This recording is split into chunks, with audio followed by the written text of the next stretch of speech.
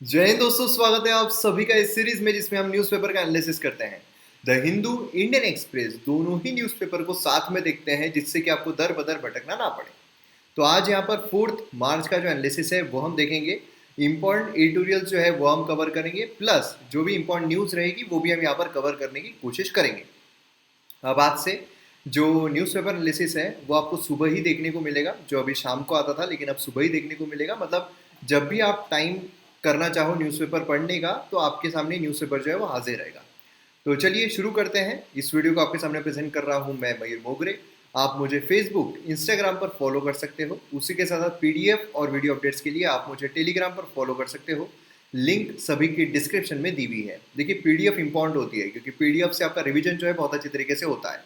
और यहाँ पर जो पीपीटी है वो काफ़ी फ्रेंडली तरीके से मैं बनाता हूँ, जिससे कि आपको पॉइंट वाइज पूरा डेटा मिल जाता है, जिससे अगर आप रिवीजन भी करते हो तो फटाफट आपका रिवीजन जो है वो हो जाएगा। तो हर बार की तरह सबसे पहले तो आपके सामने एमसीक्यू जो है वो मैं ला रहा हूँ। अब आपको ये भी लग रहा होगा कि अब तक मैं ब्लैक कलर की जो पीपीटी है, मतलब बैकग्राउंड जो है वो ला रहा था, अभी वाइट क्यों ला रहा हूँ। देखिए, काफ़ी सारे एस्पिरेंट जो है इंस्टाग्राम पर मुझे मैसेज आए कि ये जो ब्लैक कलर का मैं ला रहा था तो उससे काफ़ी आउटडेटेड वाली फीलिंग आ रही थी। मतलब जो पढ़ने में मज़ा जो है वो नहीं आ रहा था, क्योंकि शायद सभी जगहों पर आप वाइट पीपीटी देखते हो तो एक आदत सी हो गई है वाइट बैकग्राउंड पर ब्लैक कलर का लिखा हुआ देखने की। तो इसीलिए ये इसी तरीके का, जैसे मैं पहले फॉर्मेट लेता था उसी तरीके का आप लीजिए। तो वो मुझे देखने को मिला, काफ़ी सारे एस्पिरेंट्स के मैसेजेस आए, तो इसलिए मैंने सोचा कि फिर से उसी पर चलते हैं। जो आपको पसंद है वही आपके सामने लाना वही सही रहेगा। तो यहाँ पर एमसीक्यू जो है वो आपके सामने आ रहा है कि आपको यहाँ पर स्टेटमेंट्स दिए गए हैं विथ रिस्पेक्टिव लेक नेट्रॉन। तो इसके रिगार्डिंग कुछ स्टेटमेंट दिए गए हैं। देखिए, जो भी न्यूज़ में रहता है वही हम एमसीक्यू यहाँ पर लेते हैं, और आपको यहाँ पर जवाब जो है वो कमेंट सेक्शन में देना होता है। उसी के साथ साथ जो भी इन्फॉर्मेशन आपके पास अवेलेबल होगी इससे रिगार्डिंग, वो भी आपको कमेंट सेक्शन में लिखना होगा। और आप अगर अच्छा पार्टिसिपेट करोगे तो आप ही का फ़ायदा होगा। यहाँ पर फर्स्ट स्टेटमेंट है कि ये फ्रेश वाटर लेक है तांजानिया में। दूसरा है कि इसको इंक्लूड किया गया है Ramsar list of wetlands of international importance. और तीसरा है लेक्स वार्म वाटर जो है ये आइडल है, breeding ground of rift valley flamingos, इनके लिए काफ़ी आइडल है। तो आपको जवाब जो है वो इसका कमेंट सेक्शन में लिखना है। अभी वीडियो को पॉज करना है, इसके रिगार्डिंग पूरी इन्फॉर्मेशन लिखना है, फिर वीडियो को रिज्यूम करना है। इसका जो जवाब है वो आपको वीडियो के एंड में मिल जाएगा। तो आइए यहाँ पर हम न्यूज़पेपर पर नज़र डालते हैं। तो सबसे पहले द इंडियन एक्सप्रेस अगर हम देखते हैं तो उसका एक्सप्लेन सेक्शन, उसी के साथ यहाँ पर editorial page and ideas page हमें देखने को मिलता है। अगर हम एक्सप्लेन सेक्शन देखते हैं तो ये वाला आर्टिकल जो है ये कोवैक्सिन डेटा जो है उसके बारे में बात कर रहा है, जो बिल्कुल भी इंपॉर्टेंट नहीं है। देन यहाँ पर जो वैक्सीन है डूज डोंट्स उसके बारे में बात की जा रही है, जो हमारे लिए इंपॉर्टेंट नहीं है। देन यहाँ पर अगर हम स्पेक्ट्रम बात करते हैं तो उसके बारे में यहाँ पर बोला जा रहा है। देखिए, स्पेक्ट्रम जो भी आपको 4G बोलिए 5G बोलिए, जो भी यहाँ पर हमको लाना होता है तो उसके लिए एक स्पेक्ट्रम जो है, समझ लीजिए एक पट्टा जो होता है वो हमको खरीदना पड़ता है ऊपर हवा में, आसमान में। और उस पट्टे के हिसाब से यहाँ पर हम जो भी हमें कनेक्टिविटी प्रोवाइड करना है वो हम कर सकते हैं। सभी को यहाँ पर लेना पड़ता है, तो उसका ऑप्शनिंग वो सब होता है। तो इसी तरीके से यहाँ पर उसी के बारे में बात की जा रही है, जो हमारे एग्जाम पर्सपेक्टिव से इंपॉर्टेंट नहीं है। अब यहाँ पर जब हम एडिटोरियल पेज की बात करते हैं तो एडिटोरियल पेज में ये अगर हम देखते हैं प्रेशर एंड पुशबैक, तो ये एक इंटरनेशनल रिलेशंस पर्सपेक्टिव से, मतलब हमारे जीएस पेपर 2 पर्सपेक्टिव से काफ़ी इंपॉर्टेंट बन सकता है। तो इसको हम अच्छी तरीके से डिटेल में देखेंगे। देन यहाँ पर अगर हम बात करते हैं लैंग्वेज ऑफ लर्नर्स, देन उसके बाद डिजिटल मजल, ये भी हमारे एग्जाम पर्सपेक्टिव से इंपॉर्टेंट है। देखिए, जो भी है एडिटोरियल पेज बोलिए आइडियाज़ पेज बोलिए, इसमें मोस्ट ऑफ द एडिटोरियल जो है वो हमने या तो ऑलरेडी कवर किए हुए हैं या तो वो एग्जाम पर्सपेक्टिव से इंपॉर्टेंट नहीं है। और एग्जाम पर्सपेक्टिव से इंपॉर्टेंट रहना यही बहुत ज़्यादा इंपॉर्टेंट होता है। आज द हिंदू जो है वहाँ पर बहुत ज़्यादा इंपॉर्टेंट एडिटोरियल्स हमें देखने को मिल रहा है। मतलब अगर हम बात करते हैं यहाँ पर रेप एंड मैरिज, ये काफ़ी इंपॉर्टेंट एडिटोरियल है। एक तो सोसाइटल जो अवेयरनेस है उस पर्सपेक्टिव से भी, एंड सेकेंड अगर हम देखते हैं तो एग्जाम पर्सपेक्टिव से भी काफ़ी ज़्यादा इंपॉर्टेंट है। तो ये हम डिटेल में जानने की कोशिश करेंगे। देन यहाँ पर अगर हम बात करते हैं despite arbitration tug of war, mutual settlement जो है वो यहाँ पर की है। तो यहाँ पर भी ये भले ही हमने ये जो टॉपिक है पहले कवर किया हुआ था, लेकिन इसमें से काफ़ी नई चीज़ें जो है हमें समझने को मिलेगी। मतलब यहाँ पर बेसिकली वोडाफोन जो है उसकी जो कॉन्फ्लिक्ट हो रही थी, कैन एनर्जी जो उसकी जो कॉन्फ्लिक्ट हो रहा था उसके बारे में एडिटोरियल बात कर रहा है। अगर हम यहाँ पर बात करते हैं distress sale of national assets is unwise, यहाँ पर जो डिस इन्वेस्टमेंट है उसकी बात की जा रही है और किस तरीके से वो हानिकारक है या फिर अनवाइज है उसकी यहाँ पर बात की जा रही है। तो भली आलोचना वाला आर्टिकल हो, डिसइन्वेस्टमेंट के लिए, लेकिन फिर भी काफ़ी इंपॉर्टेंट पॉइंट जो इसमें से हमें देखने को मिलते हैं, तो इसी में हम अच्छी तरीके से देखेंगे। देन उसके बाद ये वाला जो एडिटोरियल है, ये हमारे एग्जाम पर्सपेक्टिव से इंपॉर्टेंट नहीं है, ये अगर हम देखते हैं तो ये भी नहीं है। ये वाला एडिटोरियल जो है क्लाइमेट एंड, यहाँ पर अगर हम बात करते हैं तो देखिए क्लाइमेट, हमें पता है कि अभी जो ग्लेशियर है वो काफ़ी मेल्ट हो रहे हैं। उत्तराखंड में एक किस्सा हमें देखने को मिला, डिजास्टर हमें देखने को मिला। उसी तरीके से हिमालयन ग्लेशियर जो है उसके मेल्टिंग का काफ़ी साल से जो प्रॉब्लम है वो चल रहा है, और हिमालयन ग्लेशियर अगर मेल्ट होता है तो उसकी समस्या बहुत ज़्यादा बढ़ जाती है। फ्लड के रूप में बोलिए, बहुत सारी रूपों में उसकी समस्या जो है हमें देखने को मिलती है। तो इसका निवारण बहुत ज़रूरी है। देखिए जब उत्तराखंड में फ्लड आया था तो उस टाइम पर हमने इस डिजास्टर के बारे में बहुत ज़्यादा इन्फॉर्मेशन ली थी, और उसी के साथ साथ जो मिटिगेटिंग मेजर्स है उस पर भी हमने फोकस किया था।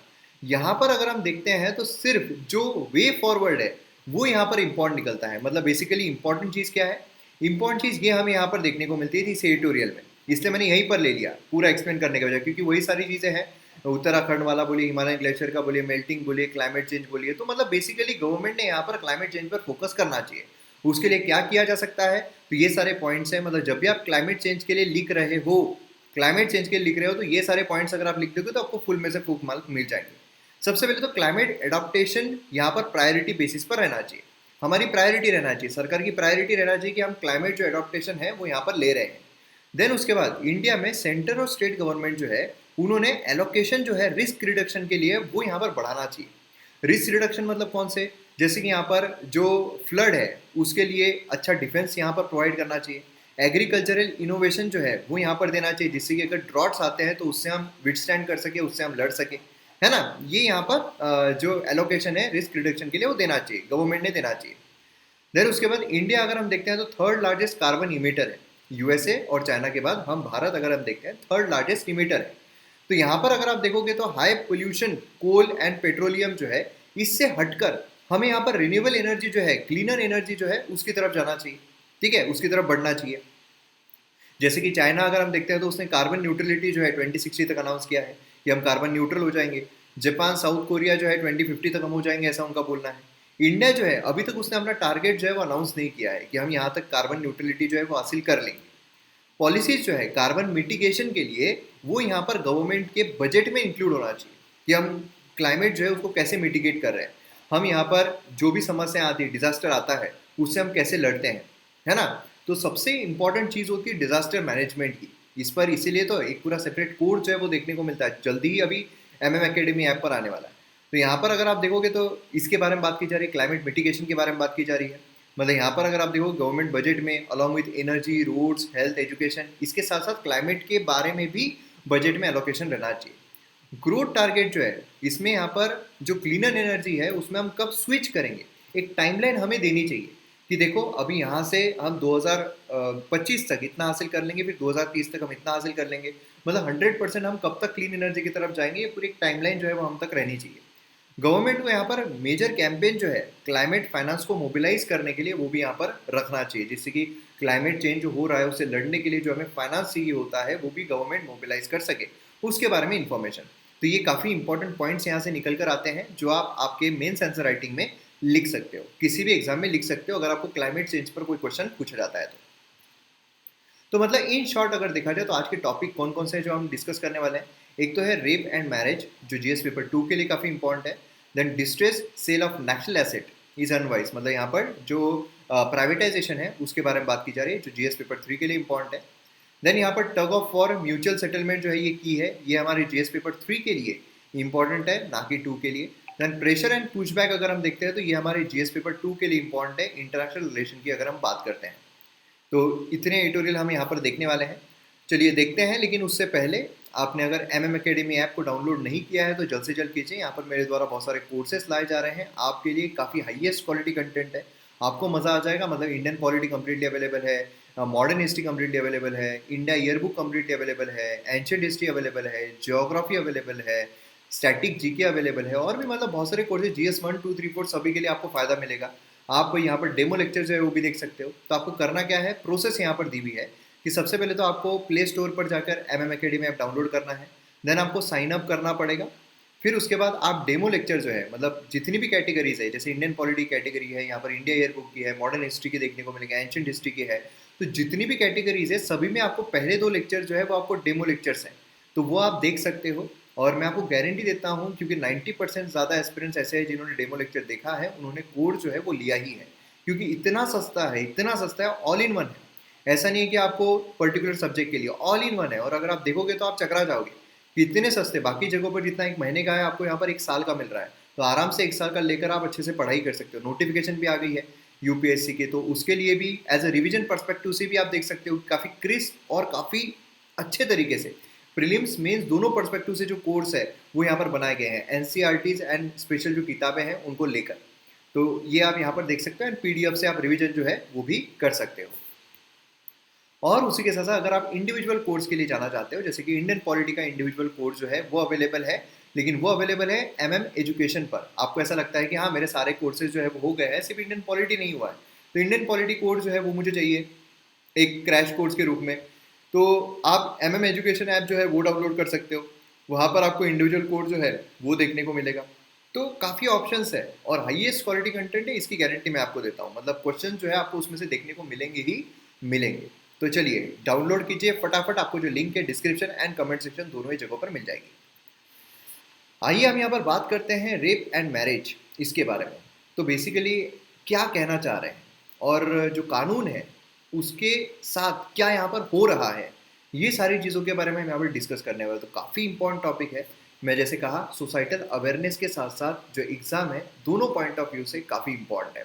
तो ये सिर्फ जो एग्ज़ाम दे रहे हैं उनके लिए नहीं, लेकिन जो आम नागरिक है उनको भी इसके बारे में जानकारी जो है वो रहनी बहुत ज़रूरी है। अब कॉन्टेक्स्ट अगर हम देखते हैं तो देखिए, recently chief justice of India, हमारे जो सुप्रीम कोर्ट के चीफ जस्टिस ऑफ इंडिया है, उन्होंने यहाँ पर क्या कहा है, महाराष्ट्र गवर्नमेंट को इंक्वायर्ड किया है, मतलब महाराष्ट्र गवर्नमेंट एम्प्लॉय जो है उसको इंक्वायर्ड किया है कि आप यहाँ पर जो लड़की है क्या उससे शादी करोगे। अब ऐसा उन्होंने क्यों कहा, क्या ज़रूरत पड़ी, ये तो पर्सनल मैटर होता है कि किसको किससे शादी करना है ना, ये तो पर्सनल मैटर है। फिर यहाँ पर जो चीफ जस्टिस ऑफ इंडिया है उन्होंने महाराष्ट्र गवर्नमेंट एम्प्लॉय को ऐसा क्यों पूछा कि क्या आप उस लड़की से शादी करोगे क्या। क्योंकि क्योंकि ये जो व्यक्ति है इसको अक्यूज किया गया है कि ये जो लड़की है जिसके साथ उसको शादी करने को कहा जा रहा है उसका उसने रिपीटेडली रेप किया है। शी वॉज अ माइनर, जब वो माइनर थी। तो अब यहाँ पर जो अक्यूज्ड है उसको सुप्रीम कोर्ट के जो चीफ जस्टिस ऑफ इंडिया है उन्होंने कहा कि आप इसे शादी करोगे क्या। मूवी में हमने देखा है, लेकिन ये रियल लाइफ में भी हमें देखने को मिल रहा है। मतलब बेसिकली होना क्या चाहिए होता है, होना ये चाहिए होता है कि एक व्यक्ति है अगर उसने किसी भी महिला का रेप किया है तो उसको पनिशमेंट हो, लेकिन यहाँ पर बोला क्या जा रहा है, क्या आप उस लड़की के साथ शादी करोगे क्या। इन अदर केस बेंच जो है उन्होंने यहाँ पर अरेस्ट पर स्टे ला दिया था एक इंसान के, जब उसने फॉल्सली प्रॉमिस किया था कि हाँ मैं उस लड़की से शादी करूंगा। मतलब एक दूसरा केस था, उसमें एक व्यक्ति था, उस पर उसको भी अक्यूज किया गया कि रेप किया है, और उसने यहाँ पर फॉल्स प्रॉमिस किया कि हाँ मैं उस लड़की के साथ शादी करने के लिए तैयार हूँ, तो उसका जो अरेस्ट है उस पर स्टे लगा दिया था कि नहीं उसको अरेस्ट मत करो, वो तो शादी करने के लिए तैयार है। फिर क्या ही गुनाह हो गया, फिर ये गुनाह थोड़ी है, अगर वो हस्बैंड वाइफ हो जाते हैं फिर वो रेप थोड़ी कहलाता है, वो गुनाह थोड़ी है। ये हमें देखने को मिल रहा है। लेकिन क्या एक्चुअल में ऐसा होता है, क्या अगर शादीशुदा भी है फिर भी क्या वो रेप जो है वो नहीं माना जाता है। इस पर हमें कुछ चीज़ें जो है वो देखने को मिलती है। मतलब बेसिकली अगर आप देखोगे तो पिटिशन में यहाँ पर एलिगेशन लगाए गए हैं कि उसने यहाँ पर जो लड़की है जब वो हाई स्कूल में थी तब से यहाँ पर उस पर रेप जो है वो किया हुआ है, ठीक है, और उसी के साथ साथ उसको डराया धमकाया भी है। अब हार्श पनिशमेंट इसके लिए क्या होना चाहिए, इसके लिए हार्श पनिशमेंट जो है वो मिलनी चाहिए।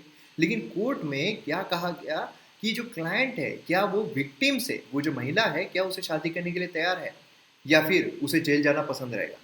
अब यहाँ पर जो मैरिज है वो जो सोल्यूशन यहाँ पर दिया गया है, सोल्यूशन बेसिकली क्या होना चाहिए, जो व्यक्ति है उसको सजा होनी चाहिए, है ना। नहीं तो हर कोई व्यक्ति क्या करेगा, रेप करेगा और बोलेगा हाँ मैं तो शादी कर लूंगा, फिर तो क्या है, फिर भाग जाएगा, है ना। लेकिन यहाँ पर बेसिकली होना क्या चाहिए, जुडिशरी जो है उसे उसको सजा देनी चाहिए, क्योंकि एक क्राइम है, क्राइम की सजा होनी चाहिए। अब सजा नहीं दी गई है इसलिए जुडिशरी जो है उसने राइट ऑफ अ गर्ल जो है उसको प्रोटेक्ट करने में फेल हो गई है। इन बोथ द केसेस ये जो crime attract severe penalties under criminal law act 2013। ऐसा नहीं कि हमारे यहाँ पर इसके लॉ बना हुआ नहीं है, इसके लिए लॉ बना हुआ है और सीवियर पेनाल्टी जो है इसके लिए दी जाती है। अब देखिए यहाँ पर अगर हम देखते हैं तो हमें क्या देखने को मिलता है कि जो मैरिटल रेप है, ठीक है, मतलब अगर किसी व्यक्ति की शादी हो गई है उसके बाद भी अगर वहाँ पर रेप जो है वो होता है तो वो भी रेप कहलाता है, उसके लिए भी पेनाल्टी जो है वो हमें देखने को मिलती है। ठीक है, अब यहाँ पर मैरिटल रेप अगर आप देखोगे तो इस एक्ट में इंक्लूडेड नहीं है, ये जो हमने एक्ट अभी देखा था उसमें इंक्लूडेड नहीं है, लेकिन अगर आप देखोगे तो हमें क्लियरली देखने को मिलता है कि यहाँ पर जो रेप है वो बिल्कुल कंसर्न नहीं है कि इन दो व्यक्तियों के बीच में क्या रिलेशनशिप है, क्या रिलेशनशिप है, मतलब यहाँ पर जो सेक्सुअल वायलेंस है उसके डिफेंस में जो रिलेशनशिप है वो बीच में नहीं आ सकती है। मतलब यहाँ पर यूरोपियन कमीशन जो है उनके द्वारा एक निर्णय जो है वो हमें देखने को मिलता है, European commission of human rights के द्वारा यहाँ पर उन्हें देखने को मिलता है rapist remain a rapist regardless of his relationship with victim. मतलब यहाँ पर एक मर्द है, यहाँ पर एक औरत है, ये इसकी वाइफ है, लेकिन यहाँ पर रेप अगर वो करता है तो रेपिस्ट ही कहलाएगा रिगार्डलेस ऑफ हिज रिलेशनशिप, उसकी कोई भी रिलेशनशिप हो उसके साथ। तो यही चीज़ हमें यहाँ पर भी देखने को मिलती है। समझ में आ रहा है आपको? तो अगर यहाँ पर बोला जा रहा है कोर्ट के द्वारा कि नहीं आपने अगर कुछ किया है तो आप शादी कर लो, शादी कर लोगे तो फिर क्या ही यहाँ पर कानून जो है वो कर पाएगा, तो यहाँ पर गलत है। Rapist is a rapist regardless of his relationship with that girl. यहाँ पर तो ऐसी कोई रिलेशनशिप जो है वो भी नहीं थी। तो ये चीज़ हमें यहाँ पर देखने को मिलती है। तो अगर हमें देखते हैं तो जीएस पेपर 4 जो है उसका भी एक बड़ा मुद्दा जो है ये बन सकता है, उसमें भी आपको ये सवाल जो है ये पूछा जा सकता है। वे फॉरवर्ड क्या होना चाहिए, ये सबसे इंपॉर्टेंट चीज़ होती है। अगर हम मेंस में आंसर लिख रहे हो तो वे फॉरवर्ड सबसे इंपॉर्टेंट चीज़ होती है। जुडिशरी जो है इसका रिमार्क काफ़ी शॉकिंग रहा है, इसमें तो कोई दौरा ही नहीं है। मतलब मूवी जो है रानी मुखर्जी की एक मूवी थी उसमें ऐसी चीज़ें हमें देखने को मिलती थी।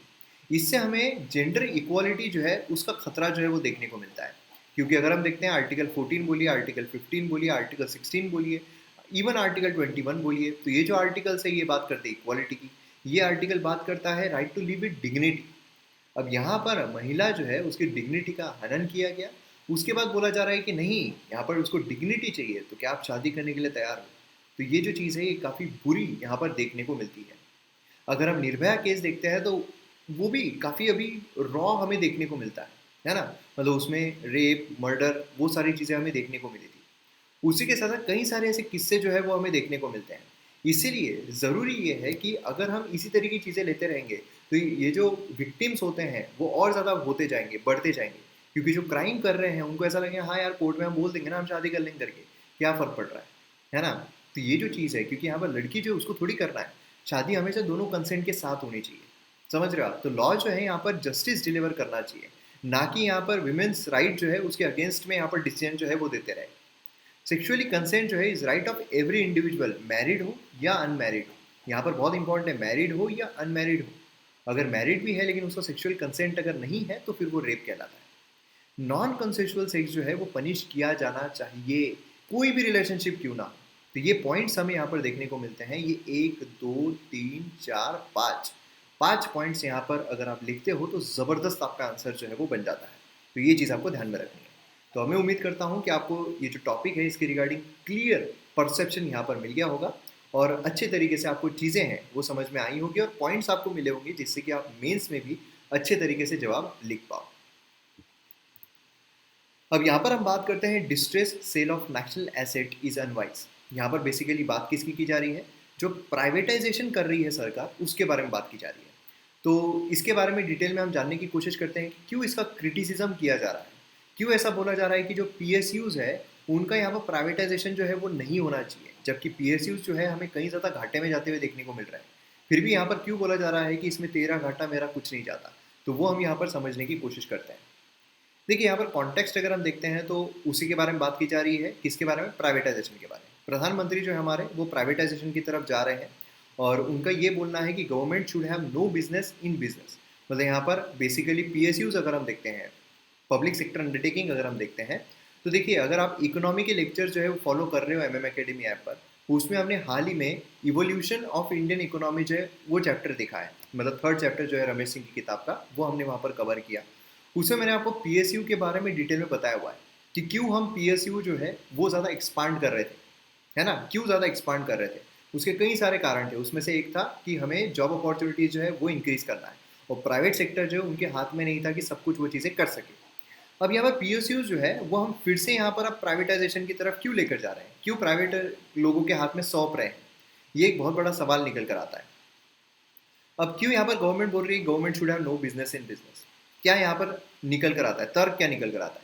फाइनेंस मिनिस्टर उन्होंने बजट स्पीच में भी कहा 21-22 के, new policy for central public sector enterprise, है ना, मतलब पॉलिसी जो है ये एक रोड मैप सर्व करने वाली है डिसइन्वेस्टमेंट के लिए। डिसइन्वेस्टमेंट क्या होता है, पब्लिक सेक्टर अंडरटेकिंग क्या होती है। देखिए कोई पर्टिकुलर कंपनी है, ठीक है, उस कंपनी में शेयर्स होते हैं, ये तो आपको पता होगा, शेयर्स होते हैं। अब ये जो शेयर है इसमें समझ लीजिए कि अगर 100 रुपीज़ की वो कंपनी है और 100 के 100 रुपये जो है वो अगर गवर्नमेंट ने डाले हुए हैं, तो मतलब वो कंपनी किसकी हो गई, गवर्नमेंट की हो गई। अब गवर्नमेंट उसमें रोजगार जो है ये सब प्रोवाइड करती है, क्योंकि अगर हम देखते हैं पीएसयूज का एक्सपांशन की बात तो उसके कई सारे कारण थे। जैसे कि फॉर एग्जांपल हमें देखने को मिलता है कि जो हमारे यहाँ पर जो अनएम्प्लॉयमेंट है बहुत ज़्यादा थी, तो एम्प्लॉयमेंट रोजगार प्रोवाइड कर सकते थे। देन उसके बाद यहाँ पर जो भी सोशलिस्ट एक्टिविटीज़ है वो यहाँ पर पीएसयूज के द्वारा की जा सकती थी, मतलब प्रॉफिट पीएसयू से कमा कर गवर्नमेंट जो है वो गरीबों में मदद किया करती थी। लेकिन हमें ऐसा भी देखने को मिला कि जो पीएसयूज है वो प्रॉफिट मेकिंग नहीं हो रही थी, प्रॉफिट जो है वो नहीं बना पा रही थी। इससे ऐसा है कि लॉस मेकिंग कंपनी को चलाने के बजाय उसको प्राइवेटाइज कर दो, उसको बेच दो। तो ये सिचुएशन अभी हमें देखने को मिल रही है। तो अब यहाँ पर अगर हम देखते हैं तो पीएसयू मतलब क्या है कि गवर्नमेंट जो है उनकी वो कंपनी है, इससे उसको पब्लिक सेक्टर अंडरटेकिंग कहा जाता है। अब अगर गवर्नमेंट उसको किसी और को बेच देती है तो वो और व्यक्ति जो है फॉर एग्जांपल अंबानी को बेच देती है, तो अंबानी गवर्नमेंट को पैसे देंगे और ये जो कंपनी है किसकी हो जाएगी, अंबानी की हो जाएगी, मतलब प्राइवेट हो जाएगी, है ना। तो ये चीज़ हमें यहाँ पर देखने को मिलती है। अब रोजगार कहाँ से निर्माण होगा फिर, है ना, तो उससे बहुत बड़ी चीज़ें जो है वो निकल कर आती है। अब क्रिटिसिज्म जो है यहाँ पर क्या हो रहा है, ये जो यहाँ पर प्राइवेटाइजेशन हो रहा है इसका क्रिटिसिज्म क्या है। सबसे पहला आर्ग्यूमेंट तो निकल कर आता है कि गवर्नमेंट जो है वो यहाँ पर प्राइवेटाइजेशन की तरफ जा रही है इंस्टेड ऑफ डिसइन्वेस्टमेंट। आप बोलोगे ये क्या है, दोनों एक ही तो चीज़ है। प्राइवेटाइजेशन और डिसइन्वेस्टमेंट में फ़र्क क्या है, थोड़ा सा फ़र्क है। क्या होता है कि यहाँ पर समझ लो कि गवर्नमेंट जो है उनके 100% शेयर है, ठीक है, गवर्नमेंट के 100% शेयर है किसी कंपनी में।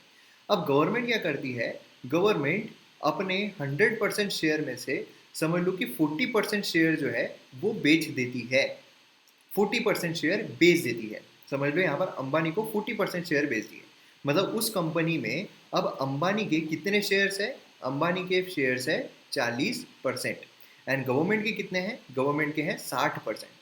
आज भी गवर्नमेंट जो है उनके यहाँ पर शेयर जो है वो ज़्यादा है, शेयर ज़्यादा है, मतलब अभी भी कंपनी जो है वो किसकी है, गवर्नमेंट की है, अंबानी की नहीं है। ये हो गया डिसइन्वेस्टमेंट, यहाँ पर हम डिसइन्वेस्टमेंट कर रहे हैं।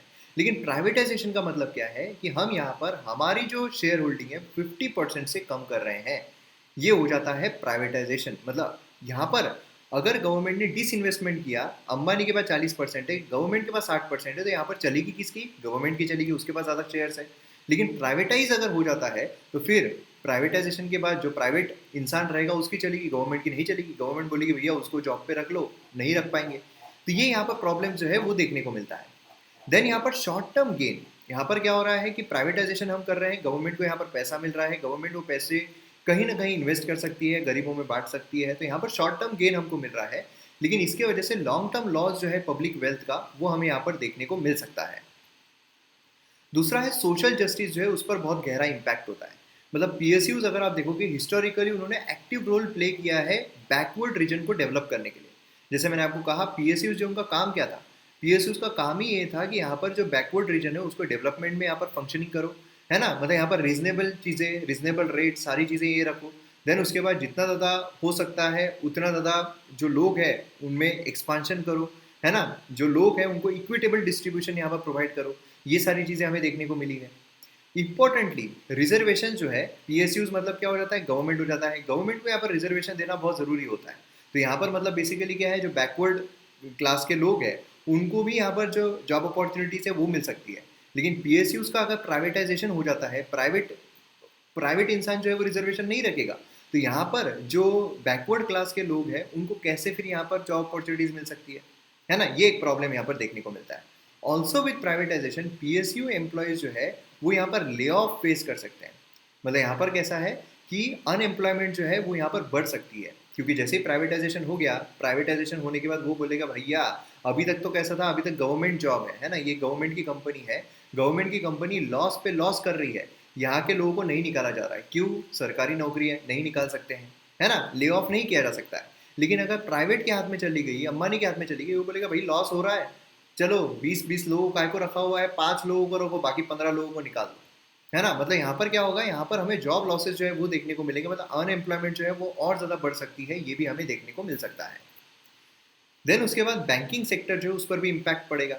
जैसे कि बैंकिंग सेक्टर अगर हम देखते हैं तो एक्सपोनेंशियल राइज जो है एनपीए का, नॉन परफॉर्मिंग एसेट्स का, वो देखने को मिला है। मतलब विलफुल डिफॉल्टर जो है काफ़ी ज़्यादा बड़े हैं। और अगर हम बात करते हैं कि प्राइवेट बैंक्स क्या बेहतर कर रही है, येस बैंक का हमारे सामने किस्सा है। बहुत सारे ऐसे प्राइवेट बैंक है जिसमें बहुत ज़्यादा जो करप्शन है वो हमें देखने को मिलता है। जो फॉल्स मतलब जो ये होता है, प्रॉब्लमेटिक जो चीज़ें होती है वो हमें देखने को मिल रहा है। प्राइवेट बैंक जो है विथ प्रॉफिट मेकिंग मोटिव्स, उनका क्या होता है, प्रॉफिट चाहिए भैया, प्रॉफिट चाहिए, कुछ भी करो, प्रॉफिट चाहिए, प्रॉफिट चाहिए, प्रॉफिट चाहिए। तो जो पब्लिक पर्पस है उसको इफिशिएंटली सर्व नहीं कर पाएंगे। आज ऐसा है कि अगर बैंक को बोला जाए, गवर्नमेंट बैंक है, उनको अगर बोला जाए कि आप एक काम करो, ये गवर्नमेंट लोगों में बांट दो, गरीबों में बांटना है, प्राइवेट वाला बोलेगा क्यों, हमको तो प्रॉफिट चाहिए, यहाँ से हमको कोई प्रॉफिट जो है वो नजर नहीं आता है ना। जैसे मुद्रा योजना देख लो ना, मुद्रा योजना बिना किसी कोलेट्रल के यहाँ पर जो लोन है वो दिया जाता है। अब प्राइवेट वाले जो है वो मुद्रा लोन बहुत ही कम बांटते हैं, क्योंकि उनको यही है ना कि यार वापस आए ना, हाँ हमको कि गवर्नमेंट की गारंटी नहीं चाहिए, हमको कोलेट्रल चाहिए भाई साहब। गारंटी वारंटी तो किसकी भी मिल जाती है आजकल, है ना। तो ये चीज़ हमें यहाँ पर देखने को मिल सकती है। तो वे फॉरवर्ड जो है वो क्या हो सकता है, बहुत सारे पीएसयूज जो है, पब्लिक सेक्टर बैंक जो है, प्रॉफिटेबल इंस्टीट्यूशंस है। मतलब ऐसा नहीं कि सारे ही पीएसयूज जो है वो लॉस कर रहे हैं, सारे ही पब्लिक सेक्टर बैंक जो है वो लॉस कर रहे हैं। बहुत सारे ऐसे हैं जो प्रॉफिट जो है वो भी यहाँ पर ला कर दे रहे हैं, है ना। और वो जो हमारी डेवलपमेंटल आउटकम है उसमें क्रूशियल रोल जो है वो प्ले कर रहे हैं।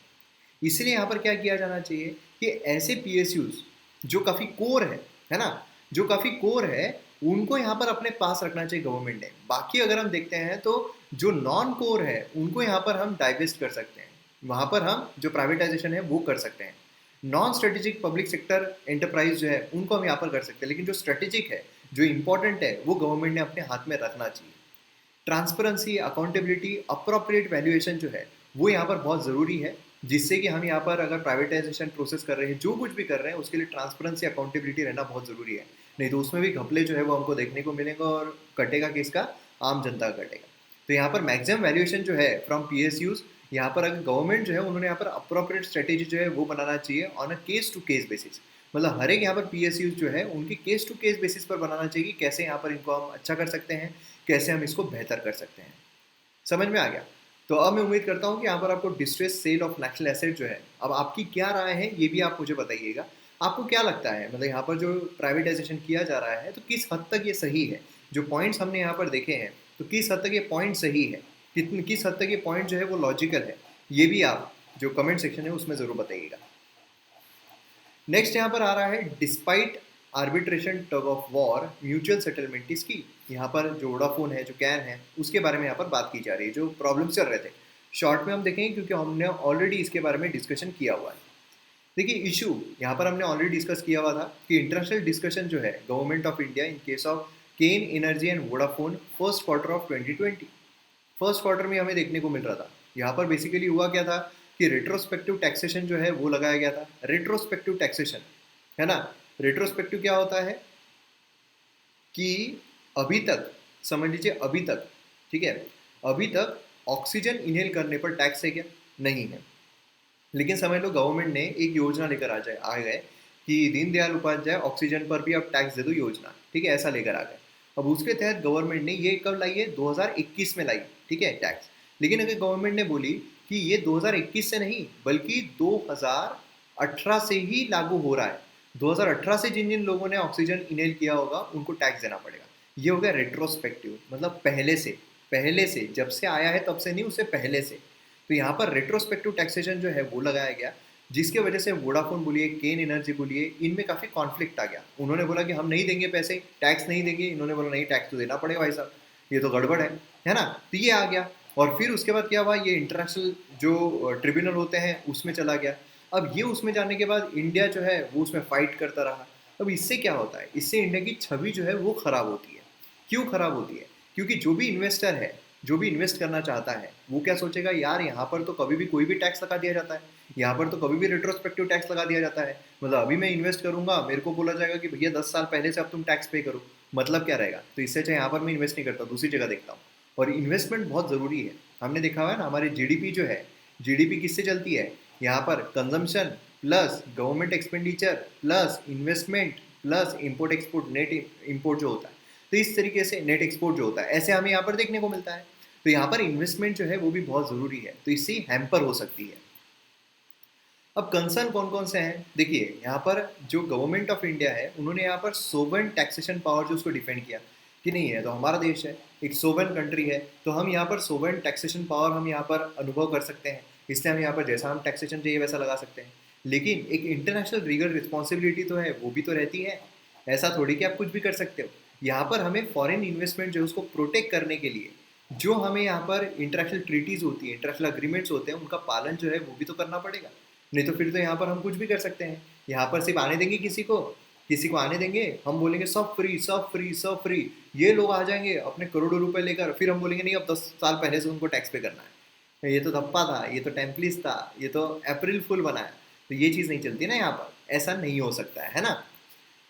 अब यहाँ पर म्यूचुअल सेटलमेंट जो है ये काफ़ी इंपॉर्टेंट रोल प्ले कर सकता है। गवर्नमेंट ऑफ इंडिया यहाँ पर उन्होंने कैन के जो अटेम्प्ट है कि वो सेटल करना चाहते हैं, उसको यहाँ पर कंस्ट्रक्टिव डायलॉग के साथ उसको काफ़ी वेलकम किया। गवर्नमेंट ऑफ इंडिया ने यहाँ पर ऑफर किया ऑप्शन डिस्प्यूट रिजोल्यूशन का, हमारे जो इंडियन लॉज है उनके तहत। अब यहाँ पर 50% प्रिंसिपल अमाउंट जो है वो आप पे करो, बाकी आपको इंटरेस्ट पेनाल्टी जो है वेवर हो जाएगा। विवाद से विश्वास स्कीम जो आई थी लास्ट ईयर के बजट में, बताया ना, विवाद से विश्वास स्कीम जो है वो हमें बजट में देखने को मिली थी, तो उसके तहत यहाँ पर हमें देखने को मिलता है। लेकिन ये भी अगर हम देखते हैं तो इसमें भी काफ़ी ज़्यादा कॉम्प्लिकेशंस प्रॉब्लम्स जो है वो हमें देखने को मिलता है। इंटरनेशनल ट्रिब्यूनल जो है वो किसके हित में जो सुनवाई है वो देगा, है ना। बेसिकली ये आर्टिकल का मकसद क्या है बताने का, कि यहाँ पर जो भी हम सडनली डिसीजंस लेते हैं उससे प्रॉब्लम्स होते हैं। जैसे कि अगर हम यहाँ पर हमारे देश में ओनियन के प्राइसेस जो है काफ़ी ज़्यादा बढ़ गए, तो हम क्या करते हैं, ओनियन के एक्सपोर्ट पर बैन लगा देते हैं। इससे भी प्रॉब्लम होता है।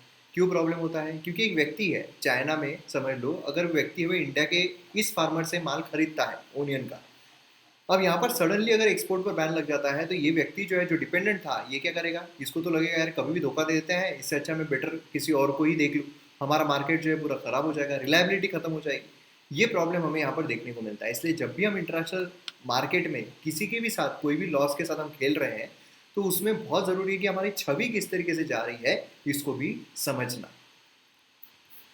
अब यहाँ पर अगर आप देखोगे, इंडिया जो है वो बोलते रहता है कि हम टॉप 12 रेसिपिएंट है एफडीआई ग्लोबली, मतलब फॉरेन डायरेक्ट इन्वेस्टमेंट के। एफडीआई फॉरेन डायरेक्ट इन्वेस्टमेंट होता है और एफपीआई फॉरेन पोर्टफोलियो इन्वेस्टमेंट होता है। ये थोड़ा शॉर्ट होता है, कम होता है। एफडीआई लॉन्ग टर्म के लिए होता है।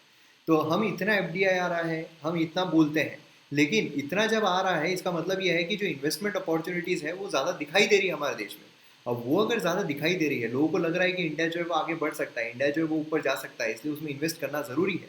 अब जब ऐसा लग रहा है तो फिर हमने यहाँ पर जो इतना बड़ा पोटेंशियल है उसको ग्रास्प करके रखना चाहिए, ना कि हमने कुछ भी बोल के कुछ भी करके हमारी छवि जो है वो ख़राब करना चाहिए, है ना। तो मतलब क्या है, हमने यहाँ पर अल्टरनेटिव्स जो है वो भी यहाँ पर एक्सप्लोर करने चाहिए, जो भी सेटलमेंट्स होते हैं उसके लिए, रैदर दैन सारी चीज़ें जो है वो इंटरनेशनल इसमें जाए और ज़्यादा ग्लोबली नज़रों में आए। तो ये चीज़ें हमें देखने को मिलती है। तो मैं उम्मीद करता हूँ ये भी चीज़ आपको अच्छे तरीके से समझ में आ गई होगी। अब यहाँ पर एक छोटा सा एडिटोरियल हम देखते हैं प्रेशर एंड पुशबैक का। मतलब जो यहाँ पर चाइना है, चाइना जिस तरीके से पीछे गया है, तो किस तरीके से प्रेशर एंड पुशबैक यहाँ पर हमें देखने को मिलता है। देखिए यहाँ पर ये हमें देखने को मिलता है LAC, line of actual control. इधर साइड हमें देखने को मिलती है LOC, लाइन ऑफ कंट्रोल। दोनों में डिफरेंस है कि LOC जो है ये डिमार्केटेड है और LAC जो है डिमार्केटेड नहीं है। डिमार्केटेड का मतलब क्या है? मतलब ये है कि गवर्नमेंट को पता है, पाकिस्तान की और इंडिया की गवर्नमेंट को पता है हाँ ये LOC है, लेकिन यहाँ पर ये डिमार्केटेड नहीं है, यहाँ पर ये बोला नहीं गया। तो क्या होता है, यहाँ पर प्रॉब्लम्स जो है वो होती रहती है। यहाँ पर हमें पैंगोंग लेक जो है वो देखने को मिलता है, यहाँ पर हमें गालवान जो है वो देखने को मिलती है, और यहाँ पर काफ़ी कॉन्फ्लिक्ट था। तो अब यहाँ पर पीछे जो है वो यहाँ पर हट गए काफ़ी, उसके पीछे कई रीजंस हैं। जैसे कि यहाँ पर जो फाइनेंशियल प्रॉब्लम्स है वो भी काफ़ी ज़्यादा आ रही है, और अभी जो एट प्रेजेंट सिचुएशन चल रही है वो ये है कि पेंडेमिक की वजह से काफ़ी इकोनॉमिक क्राइसिस हुए हैं। तो उससे जूझने के लिए सभी कंट्रीज़ को पीस और हार्मोनी के साथ यहाँ पर काम करना पड़ेगा, है ना। तो वो हमें यहाँ पर देखने को मिलता है। प्लस अगर हम देखते हैं यूएसए फैक्टर भी काफ़ी इंपॉर्टेंट रोल प्ले करता है। यूएसए ने पूरी तरीके से हमारा साथ दिया है। मतलब अगर हम देखते हैं इंडियाज़ मिलिट्री करेज, ऑडेसिटी, यहाँ पर जो पुश है वो इसके वजह से हमें देखने को मिला है। इंडिया स्टेबल रहा, इंडिया स्टेबिलिटी के साथ रहा, इंडिया पीसफुल रहा। इंडिया ने नहीं बोला नहीं नहीं हमको फाइट ही करना है, हमको यहाँ पर फाइट देना है, हमको यहाँ पर मारना है, ये करना है, वो करना है ना। और इंडिया जो है उसमें पेंडेमिक का असर बहुत बुरी तरीके से दिख रहा था, लेकिन उसके बावजूद अगर देखा जाए कन्फ्रंटेशन काफ़ी अच्छे तरीके से इंडिया ने किया। मोस्ट इंपॉर्टेंट कंट्रीब्यूशन अगर हम इंटरनेशनल पर्सपेक्टिव से देखते हैं तो यूएस की बैकिंग थी। भले वो डोनाल्ड ट्रंप हो, भले वो बिडेन हो, काफ़ी अच्छी बैकिंग जो है वो यूएसए की तरफ से आई। अक्टूबर में अगर हम देखते हैं तो 2+2 मीटिंग जो है डिफेंस की फॉरेन मिनिस्टर्स की न्यू दिल्ली में देखने को मिली, और उन्होंने basic exchange and cooperation agreement बेका जो है उसका साइनिंग यहाँ पर किया, अनाउंस किया। बेका बेका से क्या होता है, बेका जो है वो इंडिया को एक्सेस देता है टेक्नोलॉजी का, जिससे कि यहाँ पर जो बॉर्डर्स एरियाज है उसको मॉनिटर अच्छे तरीके से किया जा सकता है। तो इंडिया को समझ में आ जाएगा हाँ यार यहाँ पे खड़ा है क्या, ओ इतना छुप छुप के क्यों खड़े हो भाई, मेरे को मॉनिटर में पूरा दिख रहा है, तुम कितना भी पत्थर के पीछे छुप जाओ, पत्थर के अंदर घुस जाओ, हम तुमको देख पा रहे हैं। मतलब ये बेसिकली एडवांसमेंट हमको यहाँ पर मिलता है। बाद में मंथ लेटर इंडिया जो है उसने यहाँ पर लीज जो है वो डिस्क्लोज किए 2 अनआर्म्ड MQ-9B सी गार्डियन ड्रोन। इमीडिएटली यहाँ पर सर्विलेंस कैपेसिटी जो LAC पर इंप्रूव हो गई, मतलब जो भी छुपे हुए सब दिख गए। दिसंबर में यूएस गवर्नमेंट जो उन्होंने इंडिया का जो परचेस है of 90 million hardware and service of fleet of C-130J super Hercules military transport aircraft उसका दे दिया। नवंबर में इंडिया यूएस जापान उन्होंने यहाँ पर ऑस्ट्रेलिया को वेलकम किया मालाबार नेवल एक्सरसाइज में। मालाबार नेवल एक्सरसाइज पता है ना, उसमें ऑस्ट्रेलिया जो उसकी भी एंट्री हो गई। अब तक जो ऑस्ट्रेलिया रुका हुआ था कि नहीं नहीं भैया चाइना जो है उससे हमें खतरा है, चाइना जो बोल रहा है कि नहीं हम नहीं जाएंगे, लेकिन अब ऑस्ट्रेलिया जो है वो भी यहाँ पर आ गया। तो एक क्लियर मैसेज जो है वो चाइना में चला गया कि भाई साहब इंटरनेशनल मार्केट में ना बाहुबली नहीं बने हो अब तक, ठीक है, समझ लो अभी भी। तो ये सारी चीज़ें यहाँ पर देखने को मिली, जिसकी वजह से चाइना को पता चलेगा कि नहीं भैया अभी यहाँ पर ये वक्त नहीं है कि हम यहाँ पर खेटे ले सके, इससे थोड़ा हम पीछे हट जाते हैं, इसी में अच्छा हमारा हो सकता है। तो ये पर्सपेक्टिव हमें यहाँ पर देखने को मिलता है। तो अब मैं उम्मीद करता हूँ ये भी आपको समझ में आ गया होगा।